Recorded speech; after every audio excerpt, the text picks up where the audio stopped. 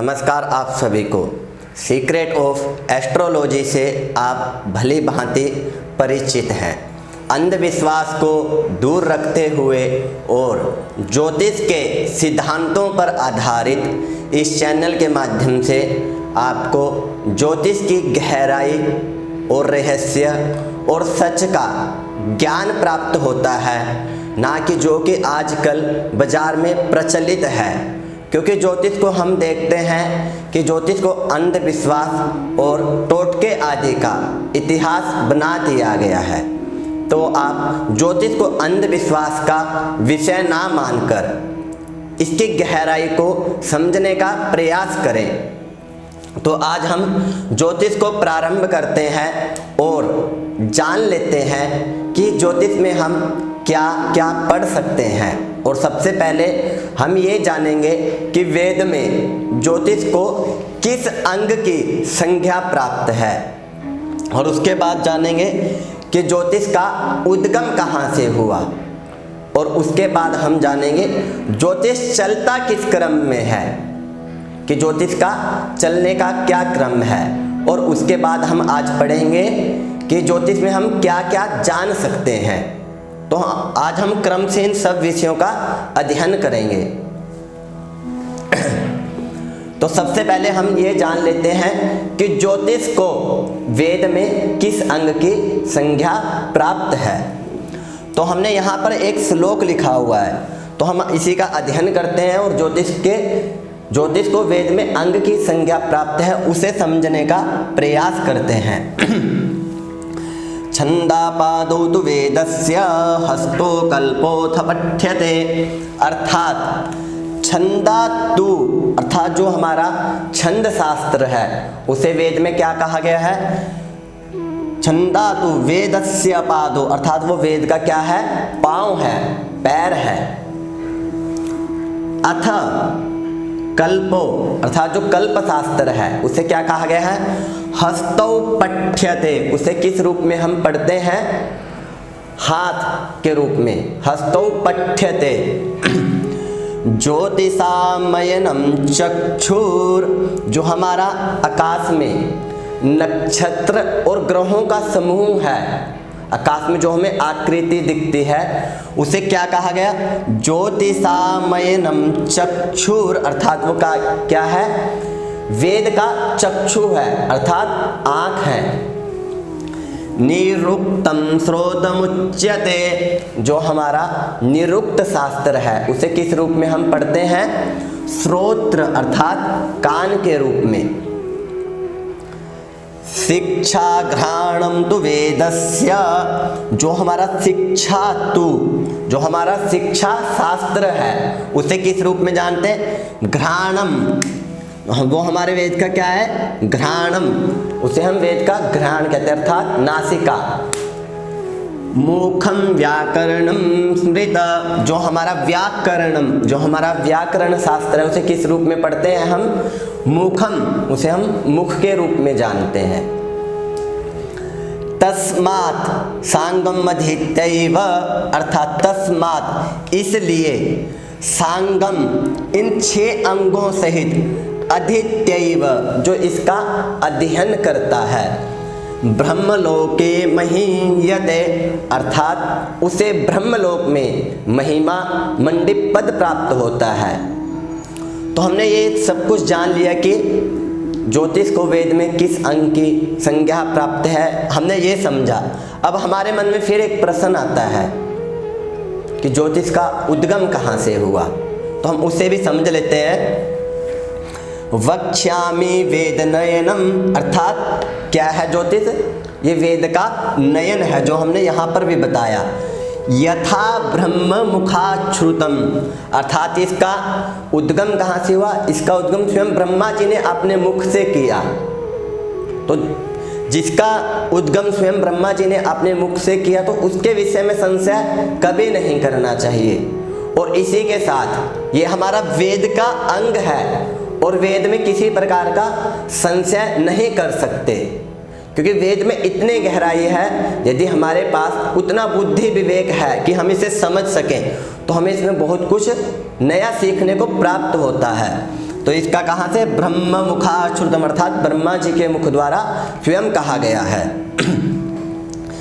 हमने ये तो जान लिया कि ज्योतिष स्वयं ब्रह्मा जी के मुख से कहा गया है। उसके बाद फिर हमने एक श्लोक लिखा हुआ है कि ज्योतिष क्यों जरूरी है। जैसे कि आप सभी जानते हैं कि जो ये मानव सृष्टि है, ज्योतिष किस लिए बना हुआ है, ये मानव के कल्याण के लिए बना है। और जो ये मानव सृष्टि है, सब सृष्टियों में सबसे सुंदर सृष्टि मानव सृष्टि है, क्योंकि जब हम इस सृष्टि को देखना प्रारंभ करते हैं तो हम कहाँ से देखते हैं, आँखों से। यदि हमारे पास चक्षु ही नहीं है तो हम जो हमारी इतनी मानव सृष्टि, इतनी सुंदर सृष्टि है, तो हम उसे नहीं देख पाएंगे। तो जिस प्रकार इस सृष्टि को देखने के लिए हमें चक्षु की जरूरत है, अर्थात आँखों की, उसी तरह इस वेद को समझने के लिए हमें ज्योतिष की आवश्यकता है। क्योंकि हमारे वेद में बहुत ऐसे जो कि कामना से लेकर, आपके मन में कोई कामना है, किसी कामना को लेकर आप कोई यज्ञ करते हैं, उन यज्ञों का वर्णन है।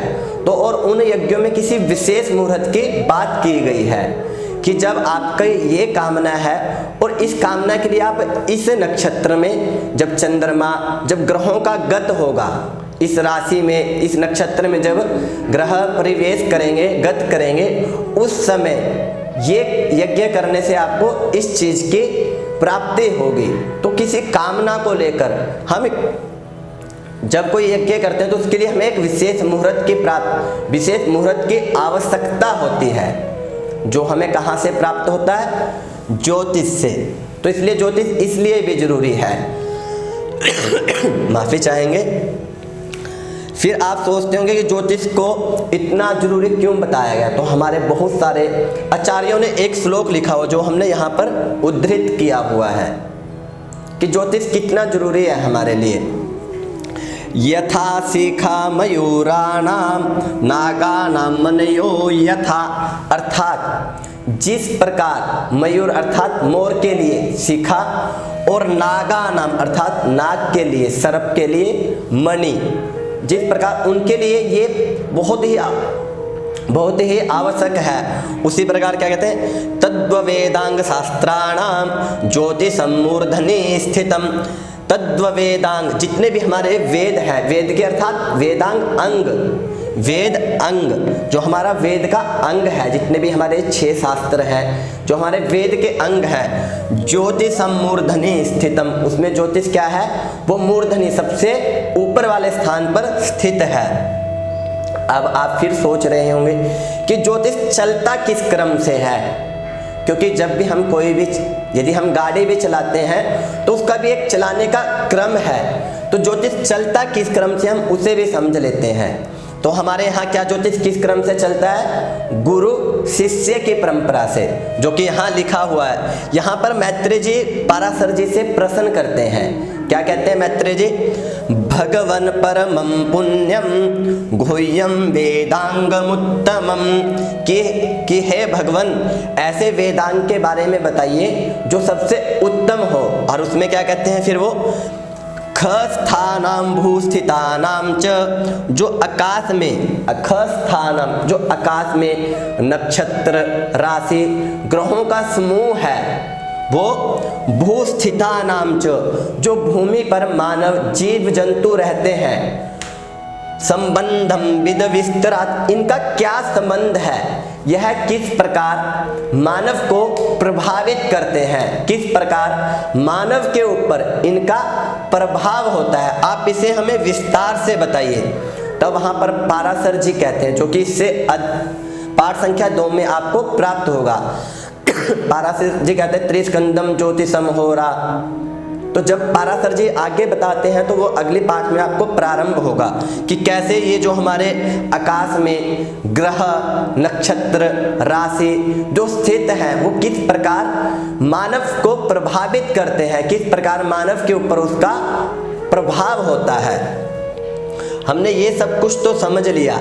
अब हम ज्योतिष में क्या पढ़ते हैं, हम थोड़ा उसकी भी व्याख्या कर देते हैं। ज्योतिष में हम लगन को पढ़ते हैं। लगन, वैसे तो ज्योतिष में हम 4 चीज़ों को विशेष रूप से पढ़ते हैं जो आपको आगे पाठ में प्राप्त होता रहेगा, ग्रह, नक्षत्र, राशि, भाव। पर उससे पहले हम ज्योतिष में आज जान लेते हैं कि क्या क्या हम जान सकते हैं ज्योतिष से। तो ज्योतिष में हम लगन की बात करते हैं। लगन अर्थात मैं, जब आपको आगे पढ़ाएंगे तो आपको समझ आएगा कि लगन क्या है। लगन अर्थात मैं, जो कुछ भी प्राप्त होना है वो मुझे ही प्राप्त होना है। जैसे स्वास्थ्य मेरा, कुटुंब मेरा जो कुटुंब है, मेरा धन, भाई बंधु मित्र, नौकर आदि का सुख दुख, माता पिता का सुख दुख, भूमि भवन वाहन आदि का सुख दुख, संतान ना होना, संतान में पुरुष संतान अर्थात मेल चाइल्ड ना होना, हमारी विद्या, उच्च शिक्षा।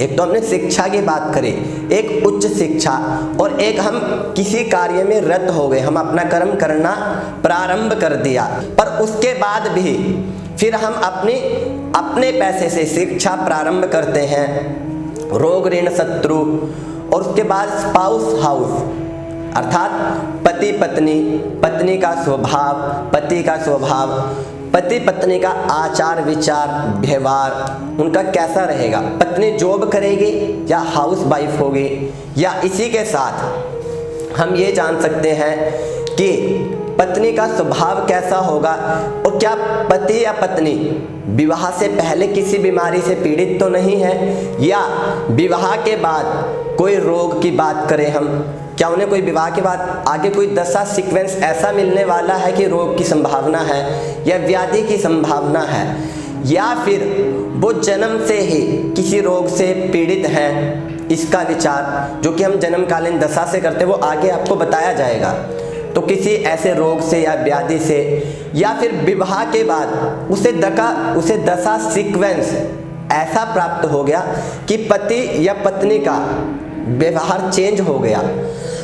उसी के बाद हम यदि बात करें, जब हम गुण मिलान करते हैं तो 28 गुण मिलने के बाद भी डिवोर्स क्यों, और 12 गुण मिलने के बाद शादी क्यों चल जाता है, इसका कारण। उसके बाद हम देखते हैं कि यदि उनका डिवोर्स हुआ है, दोनों अलग हुए हैं पति पत्नी, तो वहाँ पर क्या कारण था, क्या वहाँ पर कोई घरेलू हिंसा थी, मारपीट या कोई घरेलू हिंसा, परिवार से पीड़ित, या फिर लड़के में इम्पोटेंसी थी, या किसी प्रकार का उनका कुछ अलग रहने का मन था। जब हमने लव मैरिज करी तो वो लव मैरिज क्या हमारी चल पाएगी, या फिर वो हम शादी से पहले, विवाह से पहले तो बिल्कुल ठीक थे, पर जैसे हमारी शादी हुई उसके बाद हमारे वैवाहिक जीवन में कुछ परेशानियां प्रारंभ हो गई, तो क्या वो शादी के बाद लव मैरिज चल पाएगी, इसका विचार। तो जो इन सब का सुख है और वो दुख है वो किसे प्राप्त होता है, लगन को, अर्थात मुझे ही, जिस जातक की वो पत्रिका है, कुंडली है, उस जातक को ही इसका सुख दुख प्राप्त होता है। तो हमने आज ज्योतिष के विषय में जाना कि ज्योतिष क्या है, इसका उद्गम कहाँ से हुआ, और इसे वेद में किस स्थान की संज्ञा प्राप्त है। उसी के साथ जाना कि ये इसका क्रम क्या है, और हमने आज पढ़ा कि हम ज्योतिष में क्या क्या पढ़ सकते हैं। हमने ये आज विस्तार से जाना। जब हम पाठ संख्या 2 प्रारंभ करेंगे तो उसमें हम जानेंगे ज्योतिष किन 3 स्कंदों पर आधारित है, उसका हम विस्तार से चर्चा करेंगे। उम्मीद है आपको पाठ अच्छा लगा होगा। यदि अच्छा लगा हो तो अपने चैनल पर, अपने सोशल मीडिया, व्हाट्सएप इत्यादि पर जाकर आप इसे शेयर अवश्य करें, और चैनल को सब्सक्राइब करें, लाइक करें, शेयर करें, क्योंकि आपके शेयर, लाइक, सब्सक्राइब करने से हमारे मन में भी एक उत्साह बना रहता है कि हम जल्द से जल्द नित्य एक वीडियो तो आप तक ज्योतिष का पहुंचाएं। क्योंकि हम एक बात अवश्य हमेशा कहते हैं कि आपका ज्ञान ही आपका गुरु है, तो इसलिए आप अपने ज्ञान में वृद्धि कीजिए, ज्योतिष के ज्ञान में, किसी अंधविश्वास में ना पड़े। नमस्कार आप सभी को।